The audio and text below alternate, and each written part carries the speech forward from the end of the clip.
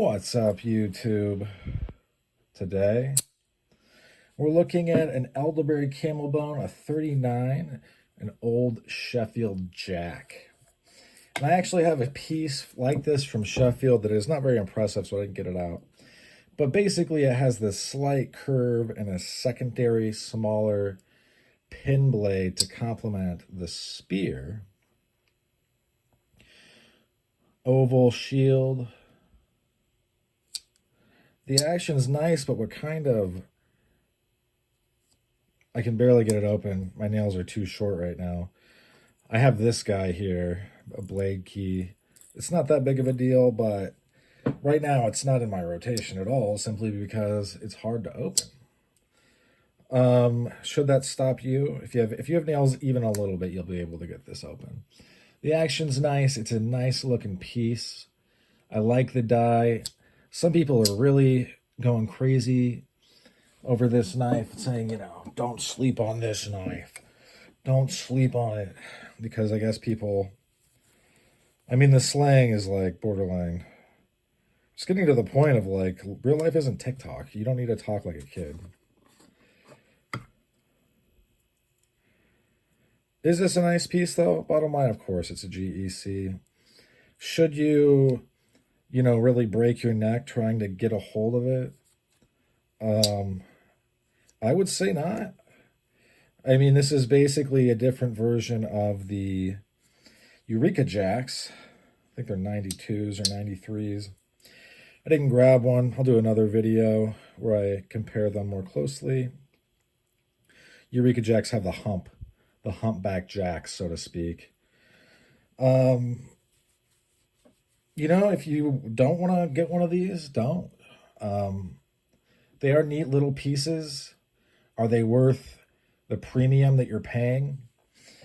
For me, it's getting close to the point where I cannot say yes.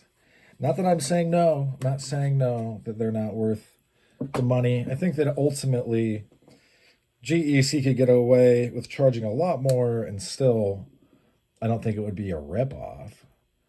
But we're just to the point of like, it's just on the cusp of, the action is very nice, I'll say that. But we're just on the cusp of like, does a even super well-made, American-made traditional piece, should it cost $200 some? For this one, I'm a little biased because I like Sheffield knives, but it's totally up to your preference. Objectively, there's not an answer right now for this one. A 92, if you can snag one from $100 to $120, $130, really nice one. I'm talking about Eureka Jacks.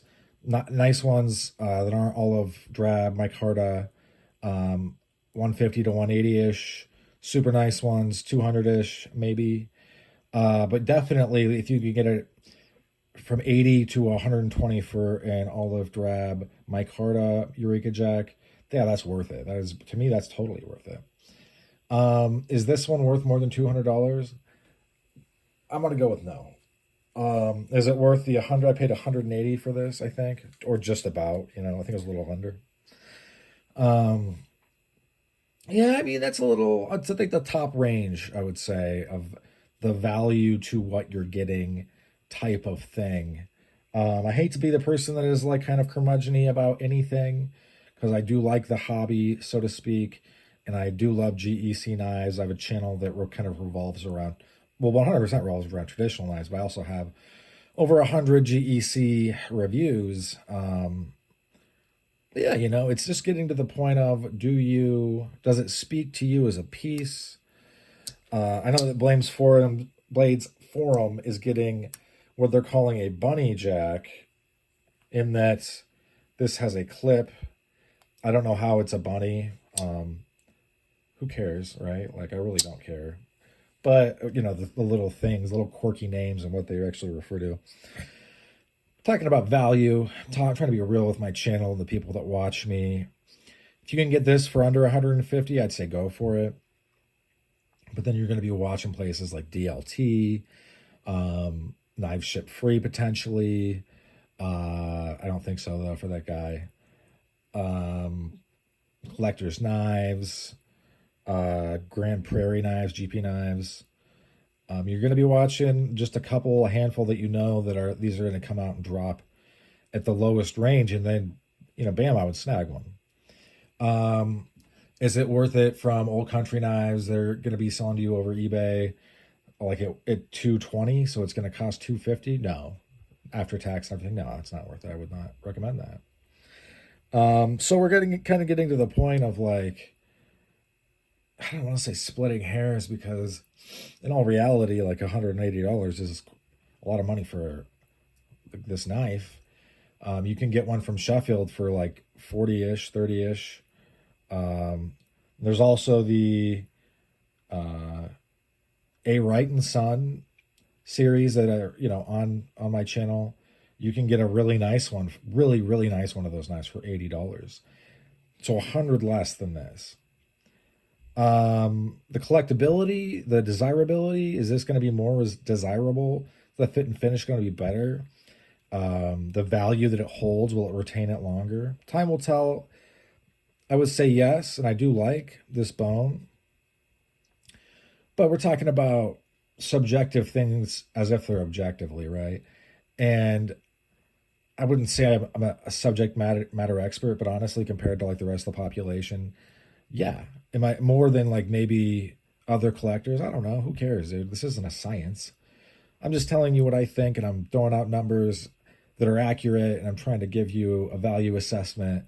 That's hard to do, but take it for what you will. I bought this with my own money. Didn't get a deal on it from anybody. I'm not a paid brand ambassador. This isn't free. So you're a lot better off trusting what I say than somebody like say, this is not I'm not slamming anybody. I don't care what the people do. I really do not. I have a pretty laissez-faire attitude, but when it comes to this stuff. But if somebody is getting Jack Wolf knives, $300 plus knife for free, one a month for a whole year, they're going to say positive things about that knife because they've inherently been paid. Wow. So 300 times 12, let's go times 10. That's easy. That's 3,000. So around 3,600-ish.